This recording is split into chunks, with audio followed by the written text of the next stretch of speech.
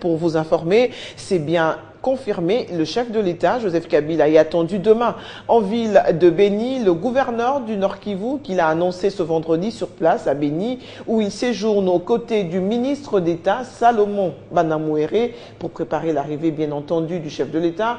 Alors ce sera donc la troisième étape de la visite de travail du président de la République au Nord Kivu, après Goma et Rutshuru. Martial Bendelo. Julien Paluku a profité de son adresse au personnel soignant de l'hôpital général de référence d'Oicha pour confirmer l'arrivée à Béni du chef de l'État. Joseph Kabila est attendu à Béni ce samedi en provenance de Goma. On ne peut pas être président d'une république et en même temps vouloir être content de voir sa population mourir. Ça ne se conçoit pas. On ne peut être gouverneur d'une province et se réjouir quand on tue chaque jour. Ça nous fait mal. Donc il n'y a pas des gens qui pensent que ça leur fait mal plus que nous qui avons le pouvoir d'État. C'est nous, parce que nous avons un bilan à présenter demain. Mais les gens qui ne sont pas au pouvoir, ils doivent faire croire que c'est eux à qui on fait le mal alors qu'ils n'ont aucune responsabilité. C'est nous qui avons des responsabilités, qui avons du mal parce que nous devons rendre compte un jour de notre gouvernance. Et c'est la raison pour laquelle le chef de l'État arrive lui-même. Il vient à Béni pour des solutions, en tant que garant de la nation et premier citoyen de la République démocratique du Congo à l'insécurité qui déchire la région de Béni. Le chef de l'exécutif provincial dénonce par ailleurs la récupération politique de l'insécurité à Béni par certains opposants qui veulent rebondir en se servant des morts. Les gens à mal de positionnement sont en train de ressusciter pour venir passer des messages. Il se sert des morts pour rebondir. Un président de la République a 145 territoires qu'il gère. Mais à l'espace d'une année, il va arriver chez nous 2 fois. Il faut vous imaginer, sur les 145 territoires, il a déjà été là-bas combien de fois. Donc ça montre qu'il a tout saisi ici. Il a envoyé les ministres d'État, les vice-premiers ministres, tous les services sont arrivés, les chefs d'État-major. Finalement, il dit, mais la situation perdure. Qu'est-ce qui se passe à Béni? Je dois moi-même arriver. Et c'est pourquoi il est à Goma et il arrive. Entre-temps, les habitants de Béniville et territoire sont mobilisés pour accueillir chaleureusement le Raïs ici à Béni. Sur place, les dispositions sécuritaires sont renforcées avec une présence inhabituelle des forces de sécurité dans le coin stratégique de la ville. Actualité oblige, on reste au Nord Kivu où faisant suite de l'équipe d'avance du chef de l'État à Béni, le gouverneur du Nord Kivu s'est rendu ce vendredi en territoire de Béniville pour compatir avec les médecins et infirmiers de la zone de santé d'Oicha. Sur place, Julien Paluku a réaffirmé la détermination du chef de l'État à mettre fin à l'insécurité dont la région de Béni. Avant de quitter la zone, l'autorité provinciale a payé les factures de 220 malades dont 3 structures sanitaires différentes. Martial Bendelo.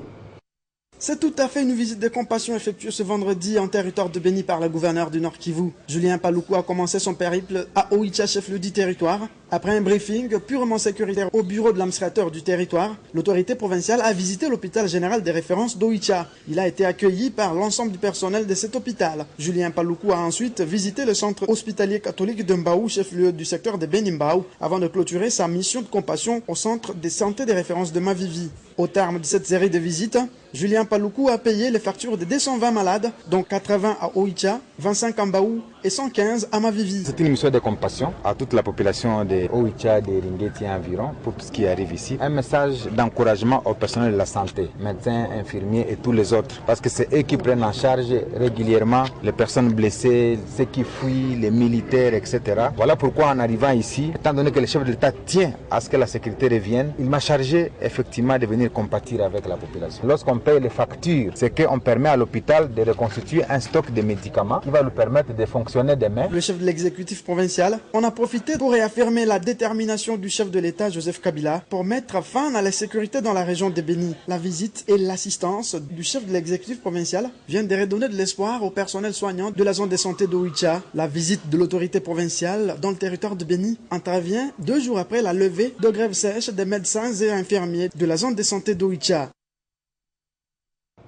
Revenons à Kinshasa pour dire que l'actualité, c'est aussi la clôture de l'atelier de présentation et validation du rapport d'étude de la conformité des édits provinciaux à la Constitution et à la législation nationale organisé par le ministère des Relations avec le Parlement avec l'appui du Programme des Nations Unies pour le développement. Il était question de proclamer des édits réalisés par chaque province. Cet atelier de 3 jours a été clôturé par le vice-premier ministre et ministre de l'Intérieur, Évariste Bochab. Dans le secteur énergétique, les États-Unis d'Amérique soutiennent que la réalisation du projet Grand Inga est d'une grande portée pour le développement de la RDC et celui de la région. Ce vendredi, au siège de l'ADPI de la Gombe, l'ambassadeur de ce pays à Kinshasa est allé s'enquérir de l'évolution de ce projet depuis la création par le chef de l'État de l'Agence pour le développement et la promotion du Grand Inga. C'est un reportage signé Fabien Lumbala.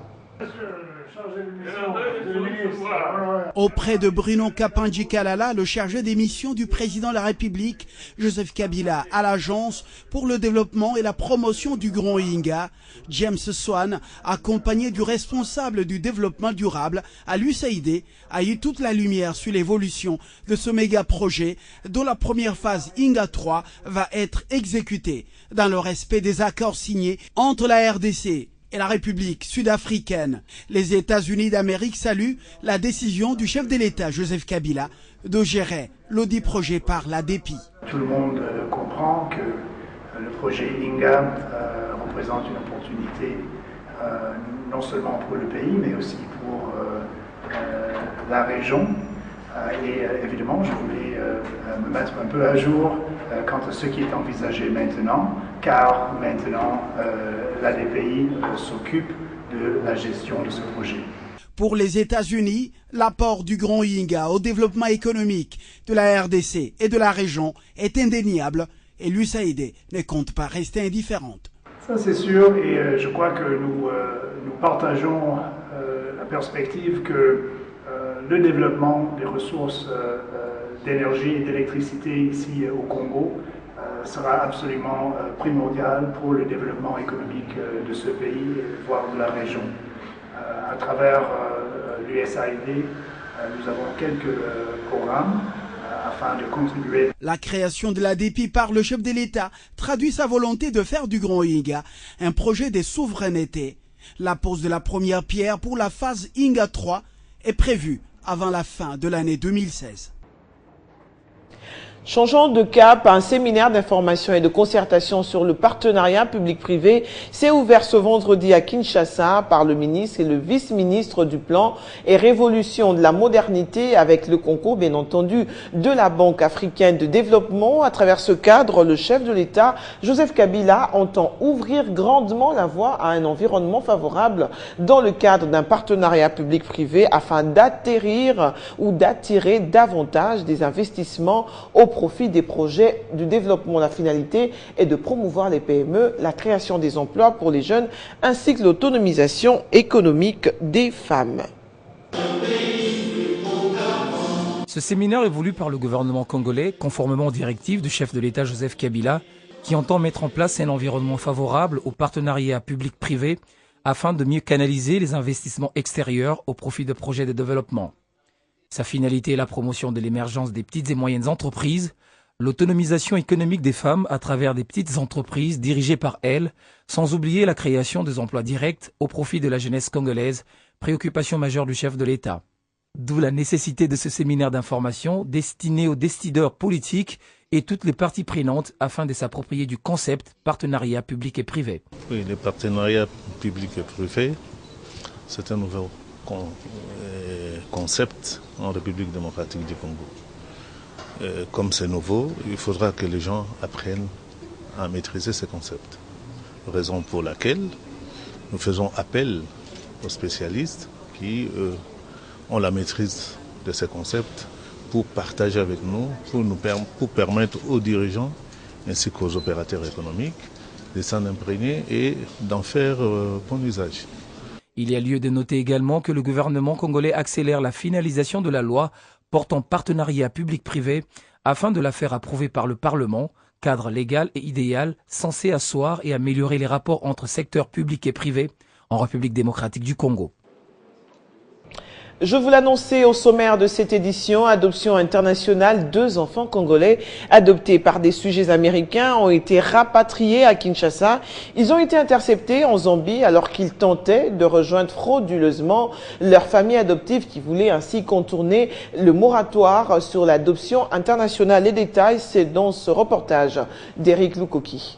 Kalonji Justin, 10 ans, et Fechi Vero, 4 ans, plutôt intimidés ici sont 2 enfants congolais adoptés par des sujets américains et interceptés à la frontière zambienne via Kasumbalesa alors qu'ils tentaient de rejoindre leur famille adoptive aux USA. C'est depuis près de 6 mois qu'ils sont sur le sol zambien, gardés d'abord par les autorités zambiennes, puis finalement par le consulat congolais qui les a retournés à Kinshasa. C'est la vigilance des autorités zambiennes qui a permis le rapatriement de ces enfants. Visiblement, la décision de la RDC ne représente absolument rien pour ces citoyens américains qui tenaient coûte que coûte à récupérer ces enfants, quitte à leur faire quitter frauduleusement les territoires congolais, accompagnés d'une certaine Boboy Montelu Brigitte, américaine d'origine congolaise, sans visa d'entrée en Zambie, sans autorisation de sortie pour enfants mineurs, qu'exige le Congo-Kinshasa. Il faut dire qu'ils sont sur la liste des enfants adoptifs non autorisés à quitter le sol congolais. Le gouvernement avait pris la décision il y a quelques mois de n'autoriser la sortie que de 72 enfants dont les adoptions ont été jugées conformes. Parmi eux, 3 pour des raisons humanitaires. L'État congolais avait par la même occasion décidé qu'aucun autre enfant adopté ne quitterait le territoire national jusqu'à l'adoption au Parlement de la nouvelle loi y afférente et sa promulgation par le chef de l'État. Culture à présent, les villes de Kinshasa et Lubumbashi, plébiscitées par l'UNESCO, elles font désormais partie du cercle des villes créatrices. La directrice générale de l'UNESCO, Irina Bokova, vient de désigner 87 villes reparties dans 33 pays en vue de faire partie de ce réseau qui comptait jusqu'alors 69 membres. Le réseau des villes créatives de l'UNESCO est axé autour des 7 domaines: l'artisanat et les arts populaires, les arts numériques, le design, le cinéma, la gastronomie, la littérature et la musique. La ville de Kinshasa a été retenue dans la catégorie musique, tandis que Lubumbashi figure dans la catégorie artisanat et arts populaires. Lancé en 2004, le réseau des villes créatives de l'UNESCO compte désormais 116 villes membres. Kinshasa est une ville extraordinaire, avec un potentiel extraordinaire au niveau des arts d'une manière générale, mais en particulier au niveau de la musique, vous le savez mieux que moi. À travers une coopération internationale, les villes font de la créativité un moteur de développement urbain et durable. Le concept des villes créatives, c'est un réseau qui avait été créé par l'UNESCO en 2004 et qui part sur le principe que c'est dans les villes que tout se fait. C'est dans les villes qu'il y a un foisonnement de créativité.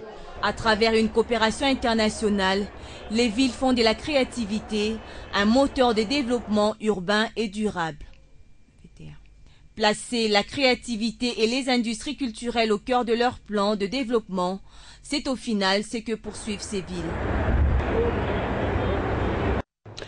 Terminons avec le sport. Le Daring Club Motema Pembe se mue véritablement en société comme annoncé par son comité directeur qui a réuni la presse jeudi au Kempinski Fleuve Congo Hotel pour un échange en prélude des préparatifs des 80 ans de ce club. Une année après, Jean-Tini Ngobila et Henri Legarda jugent positif leur bilan à la tête du team vert et blanc de la capitale et les supporters sont également appelés à apporter leurs prières et à l'édifice devenant actionnaire à seulement $25 américains.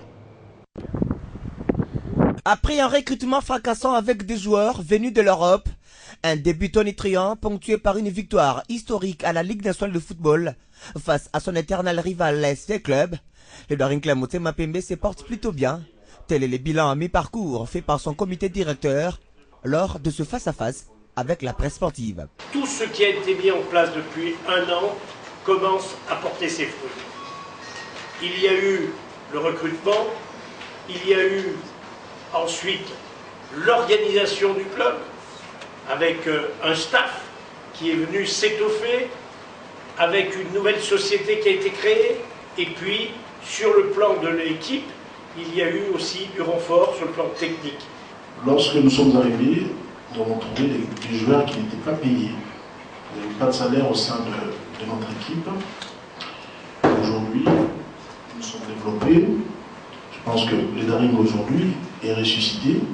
Et au cours de cet échange de près d'une heure et demie, Jean-Tini Ngobila et Henri Legarda, respectivement président et coprésident du club, ont montré leur passion de développer le daring en appelant les Immaculés à devenir actionnaires. En devenant actionnaire du club, l'action ne valait que $25 en achetant